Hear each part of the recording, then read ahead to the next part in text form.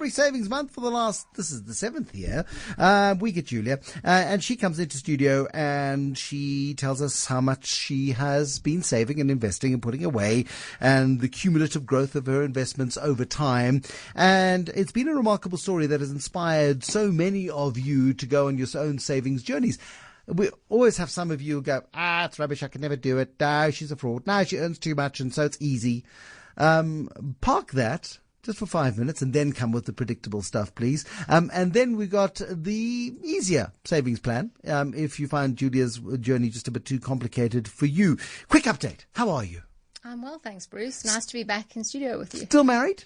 Still married. Still have kids. Still married to a cheapskate?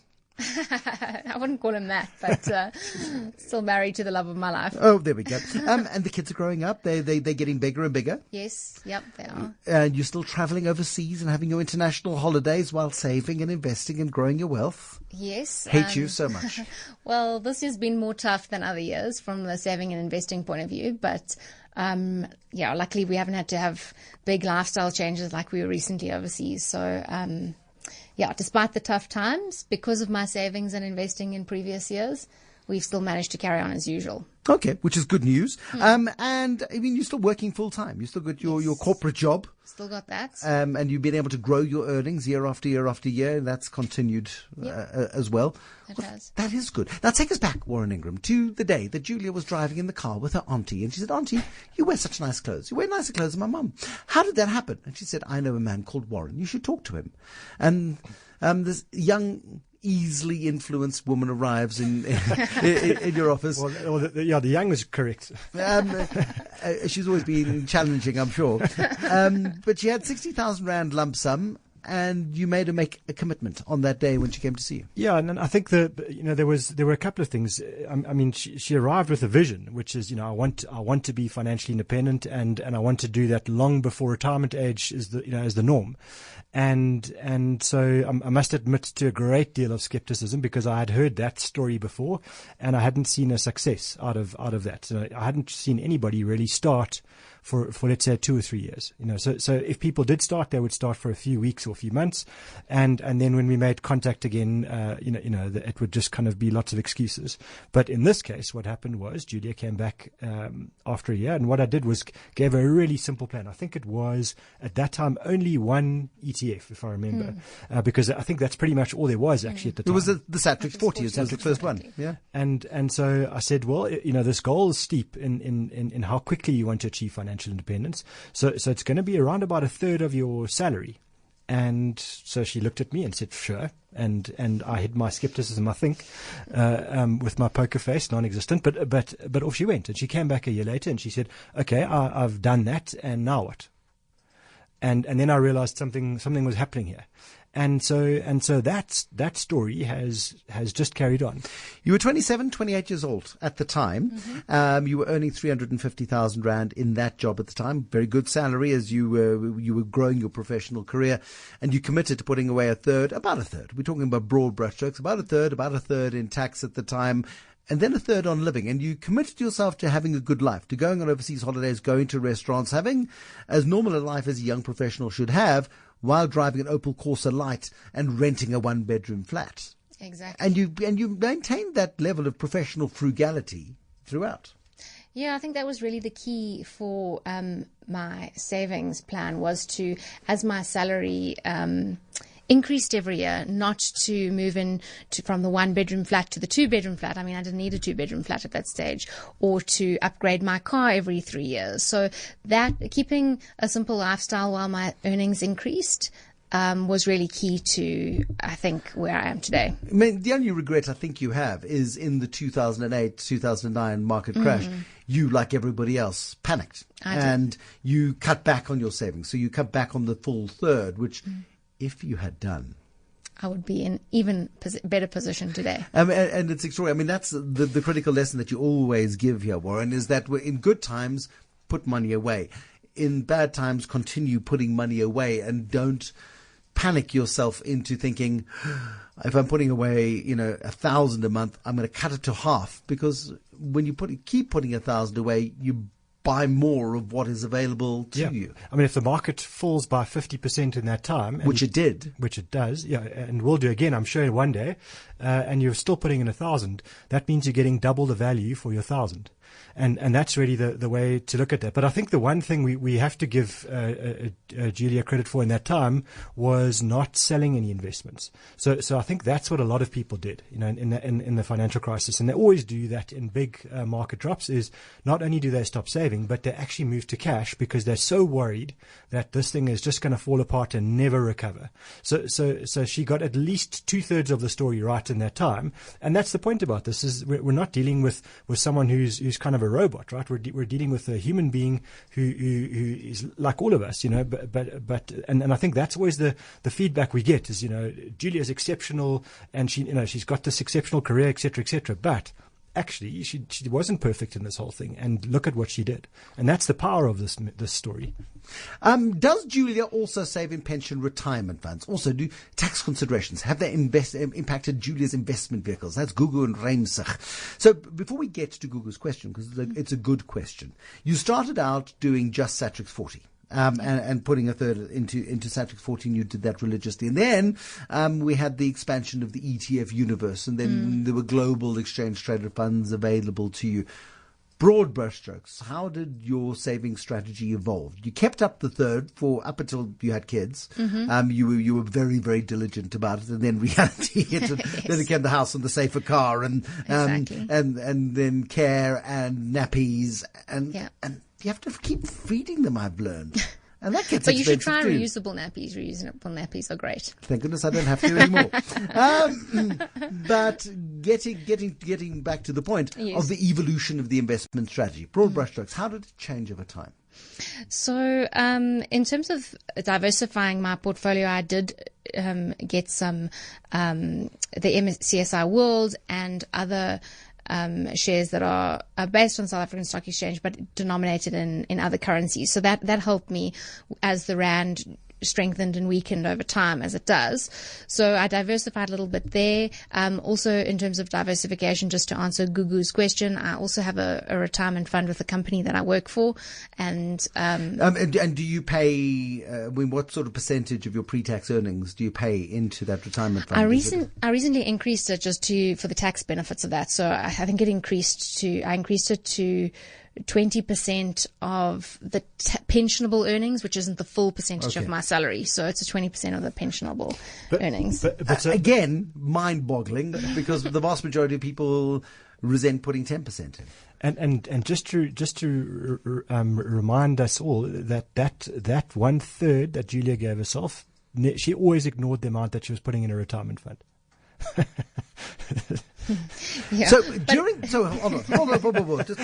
But I recently increased it to 20%, so it wasn't for my entire career. Yeah. All right. But while you are doing Warren's investment boot camp of a third, out of the third that you are using for your overseas trips and your restaurant meals and your rent and paying for petrol and repairs and stuff, you're also now putting money into a retirement fund. Yeah. Well, that was deducted from my salary before I even got it into my bank account. It's not as bad as I thought. Yeah. but after tax, you're putting a third away, and it becomes incredible because year one it's nice. You get you have 60,000 rand lump sum which you've invested, and then you invest probably another 100,000, and so you end up with about 160.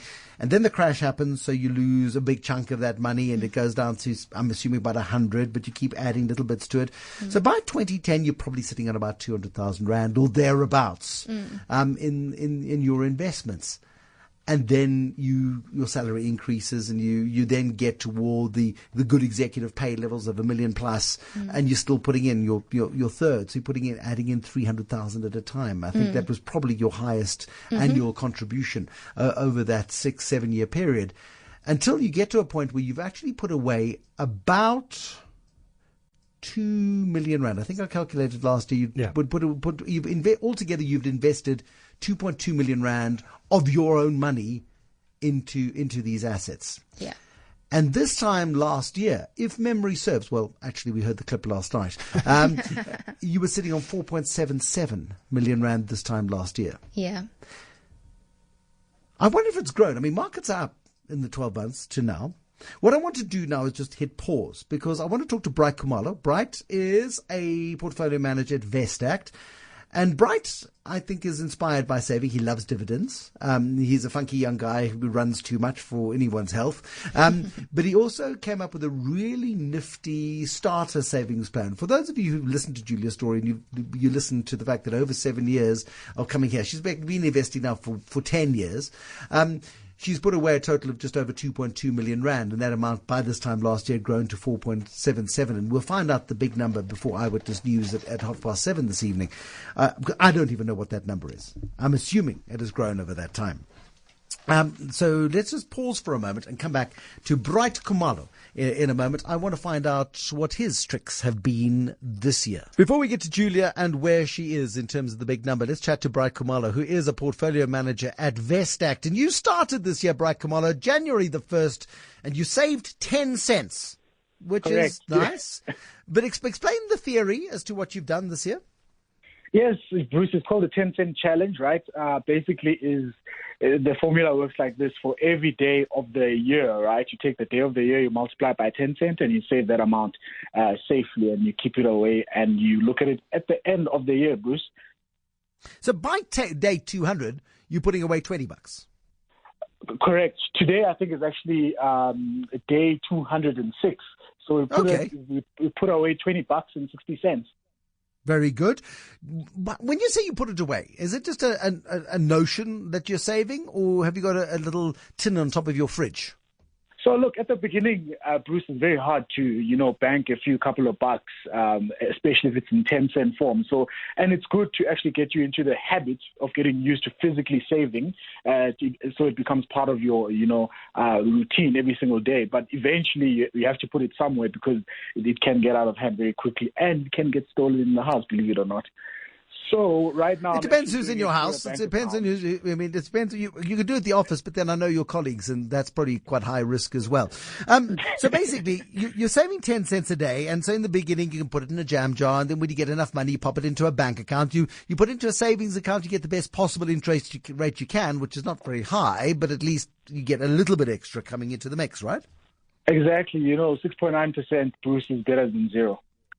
It is. By day 365, then on the 31st of January, the 31st of December, the last money you will put in will be 36 Rand 50. What will be the cumulative amount then of every day just for doing this 10-cent challenge? So without interest, Bruce, will be close to 7,000 Rands, which is 6,600 910. Geez. You have your Jacob Zuma moment, which is fine, right? Do you want to try again? 66910. That's it. 66910. And once you've saved it and you get to the 31st of January this year, what then is the plan with the 7,000? So, Bruce, that's the hard part, right? So I'm still thinking about it. The easy one for me, it's already, about 21% of the allowable tax-free savings investment. So I think I'm going to look into that.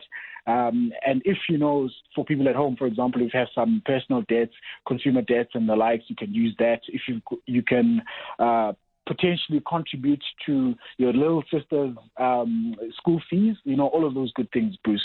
Or you can just, carry on building the capital towards, increasing your investments over time so they could compound. Bright, thank you for sharing the story. He's got an appointment at 7:25. We've let him go on time. What you would do, Warren Ingram, you would go to your friends at the Itty Bitty investment website, Easy Equities, and you would take that 7,000 Rand. You'd probably even do it earlier than building up to the 7,000 and almost start applying the cash in 1,000 Rand tranches as it grew. Yeah, I mean, they'll take $50. So I mean, my view is probably once you get to kind of 200-300, put it in. But it's a lovely. I mean, it's a lovely idea as a starter mechanism to get yourself going. 10 cents, 20 cents, 30 cents, 40 cents, 50 cents by day, 200, $20. It's brilliant. And I think, the other suggestion as well is to look, some of the banks now on the banking apps, you can elect to round up your expenditure into a savings account automatically. So you could say, for example, I've spent 7 Rand. I don't know what you'd spend on 7 Rand on your debit card, but you say I've spent 7 Rand on my debit card. On half a loaf of bread. And then everything rounds up to the nearest 10. So that 3 every rand would then automatically go into your savings account. Lovely. And so, I mean, I think anything like this, because what happens is the little bits that you keep just chucking away and not worrying about, you wake up one day, whether it's 6 months or a year later, like Bright Story, and I mean, it's because that's really the deal. Do it for a year. And you go, wow, I mean, that's $7,000. That's money. It is. Back to Julia. Somebody's going, very rude language. Who is going to drive a Corsa Light while earning 1 million rand a year? Well, she wasn't. By the time she was earning 1 million rand a year, did you sell the car to your husband? Yes, my husband bought the car, and I upgraded to a Toyota Etios. Okay, so you upgraded to the Toyota Etios, but she made her husband buy the car. He drove it until the wheels fell off, and then I think he's subsequently got a new car. You've altogether, over the last 12 months, what have you done with investing? So I haven't done anything over the last 12 months, mainly because my husband's business is very cyclical. He has his own business, so the typical entrepreneurial story. And the last year, with the tough times in the economy and other things they were focusing on, the income from his business was very low. So the income from my salary basically paid for the family expenses the entire year. So we didn't have much extra cash to invest, but still, and this is, I think, the really cool part about saving and investing, the money still grew. So I didn't add to the pot, but the pot got bigger. So are you ready for the number? So over the last 10 years, you have put away of your own money, after-tax money, 2.2, roughly, million rand. That's right. That's right. This time last year, you were sitting on 4.77 million rand in cumulative growth. So that money had grown. It's more than doubled in value. What is the number? So now it's sitting at 5.1. It's a bit disappointing, frankly. I was hoping for a bit more. But the bearing in mind, I haven't been able to put anything away. Absolutely, yeah. But I mean, but by doing nothing. Okay, so let's be realistic here, Warren. By doing nothing, she's gone from 4.77 to 5.1. That's 8% growth in a very topsy-turvy market. Yeah. And she did nothing. Yeah, I mean, I looked at, and she earned herself 400,000 rand last year doing nothing. I mean, and that's a heck of a salary for most people. You know, that's a great living, and so now we're in that space. We're now, I mean, that debate now would be, can you survive on either the income from the capital or just flatlining the capital and actually just live on that money?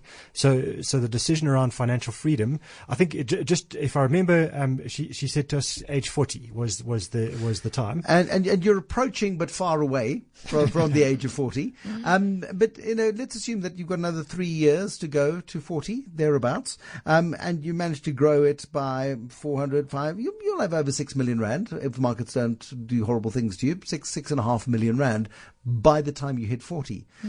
And by the time you hit 65 or 70, because I don't think you're going to take your foot off the gas too much, this money will grow over time, Warren. And I think that's, there's so many lessons that are kind of rushing at us right now. And the one is we are all in incredibly difficult times. I mean, this, if I had to put a headline on this year would be tough times. Tough times because the markets weren't great. Tough times because Julia's husband's business wasn't flying. She wasn't earning the big bonuses this year. All of those things. And yes, the kids and all that stuff. And then the economy's not great. So the lesson here is that the capital sustained her in terms of being able to say, okay, we don't have to adjust our lifestyle. We don't have to sell things, change houses, take the kids out of school, or whatever the deal is. They maintained life. They didn't carry on saving at an incredible rate. But they didn't carry on. They didn't. But they also didn't dig into the savings. They didn't sort of go to the temptation of saying, if we just take 500,000 rand out this year because we've made that, it was money for nothing anyway, we'll put it back later. Yeah. Because so many people fall into that trap because the money's accessible. You can do that. And I think there now, so it gives them the freedom in terms of her husband's business so that they can be patient because that cycle turns. Then his business takes off again. She carries on. And so, this is the freedom. That's, to me, this is what we're talking about, financial freedom. Do you remain committed to the principle of continuing to invest when you can to resume the habit? Absolutely. Yeah, that's definitely a goal of mine. And as you said, I'm not one to take the foot off the gas. So even when I'm financially independent, I'd still be wanting to be productive in society. So Yeah. I mean, the thing is, life doesn't get any cheaper. I mean, Yeah. regardless of whether you believe the official inflation rate or not, life seems to escalate at a much higher rate than that official inflation rate. The benefit of starting early is that now approaching 40, you have got a great nest egg upon which to build. You're not simply starting out like most people do when they 40, panic. Yeah. We haven't done this. I feel very comfortable from a financial perspective. Being 40, achieving financial goals, being able to weather more tough times because there's going to be more in the future. So, yeah, that was all that early savings has set me up for feeling really comfortable now, no matter what happens. Julia, you're a superstar. Thank you very much. Our superstar savior, Julia. Warren Ingram, thank you for bringing in. Bright Kumalo for also giving us the easier way to start investing. But yes, it is a remarkable story. And she has changed many of your lives. She has blown so many of you away and has inspired you to get started as well. That is the story of Supersaver Julia, from 4.77, 8% growth, to 5.1 million. And she didn't lift a finger the whole year from a savings perspective.